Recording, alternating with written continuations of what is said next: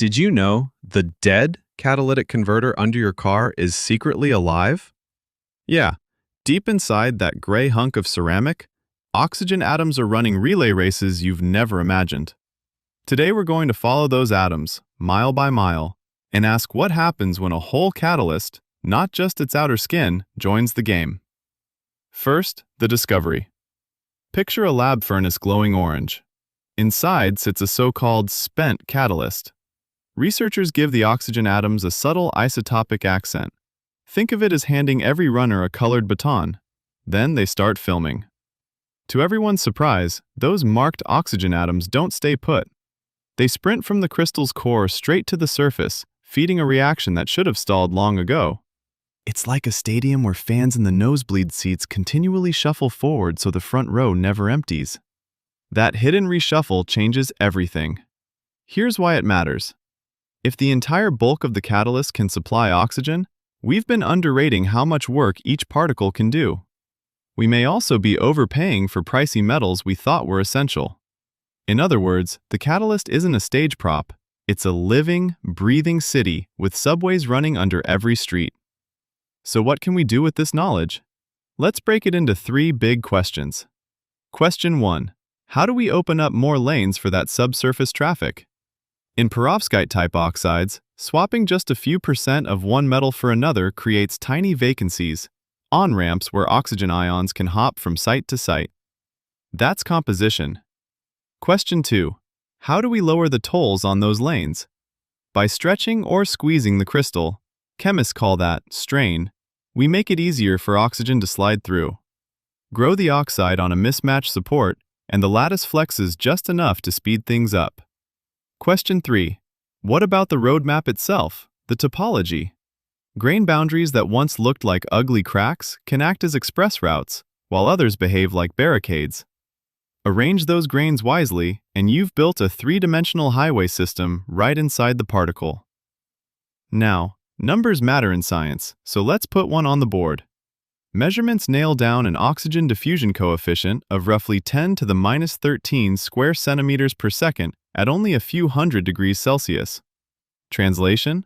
Fast enough that engineers can sync three separate clocks: the rate oxygen moves inside, the rate reactants arrive at the surface, and the rate products leave. When those clocks tick in harmony, even cheap oxides start competing with noble metal workhorses. That has economic bite. Trim the platinum and palladium in a car converter by even 20 or 30%, and you ripple savings from automakers all the way back to mining companies. You also reduce dependence on volatile precious metal markets. Not bad for a tweak that's invisible to the driver. But the story doesn't stop at tailpipes. Any technology that shuttles oxygen, fuel cells, solid oxide electrolyzers, certain battery cathodes, even the oxidative coupling of methane, now deserves a fresh audit. Which materials already hide fast interior traffic we've mistaken for noise? Which sleepers turn into stars once we factor in this newly visible motion? Think of it as a supply chain problem, but for atoms. A refinery catalyst could store oxygen deep inside like a well-stocked warehouse, ready to dispatch it to loading docks where tough selective oxidations take place. In a fuel cell, interior pathways might be optimized the way data centers design cooling channels, so hotspots never starve for oxidant. Batteries? If cathode particles quietly shuffle oxygen, we might turn that motion from a cause of degradation into a stabilizing feature that extends cycle life. Even low-temperature methane to ethylene processes could benefit by timing oxygen delivery so fragile intermediates are upgraded, not burned. To design those systems, we'll need new tools. Machine learning models can scan thousands of compositions, hunting for lattices whose natural oxygen flux matches the demands of a given reaction. Operando tomography can watch those routes evolve under real exhaust or fuel cell conditions. Add smart controls, temperature, voltage, gas mix steering, and future reactors could reroute oxygen on the fly, the way your mapping app dodges traffic jams. Let that sink in for a second. So what's the big takeaway? Here's what we covered today. First, scientists have filmed oxygen atoms sprinting from deep inside so-called spent catalysts, proving the entire particle can stay in the game.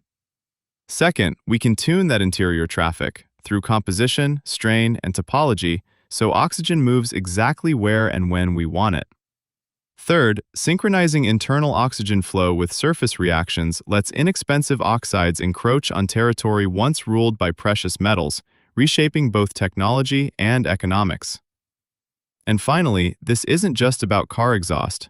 Fuel cells, batteries, refinery reactors, anything that juggles oxygen now sits on the launch pad for redesign. The upshot? Catalysts aren't static chunks of ceramic. They're living networks we can engineer like city planners. Start thinking of oxygen flow as a design variable, and the next breakthrough might come from the inside out.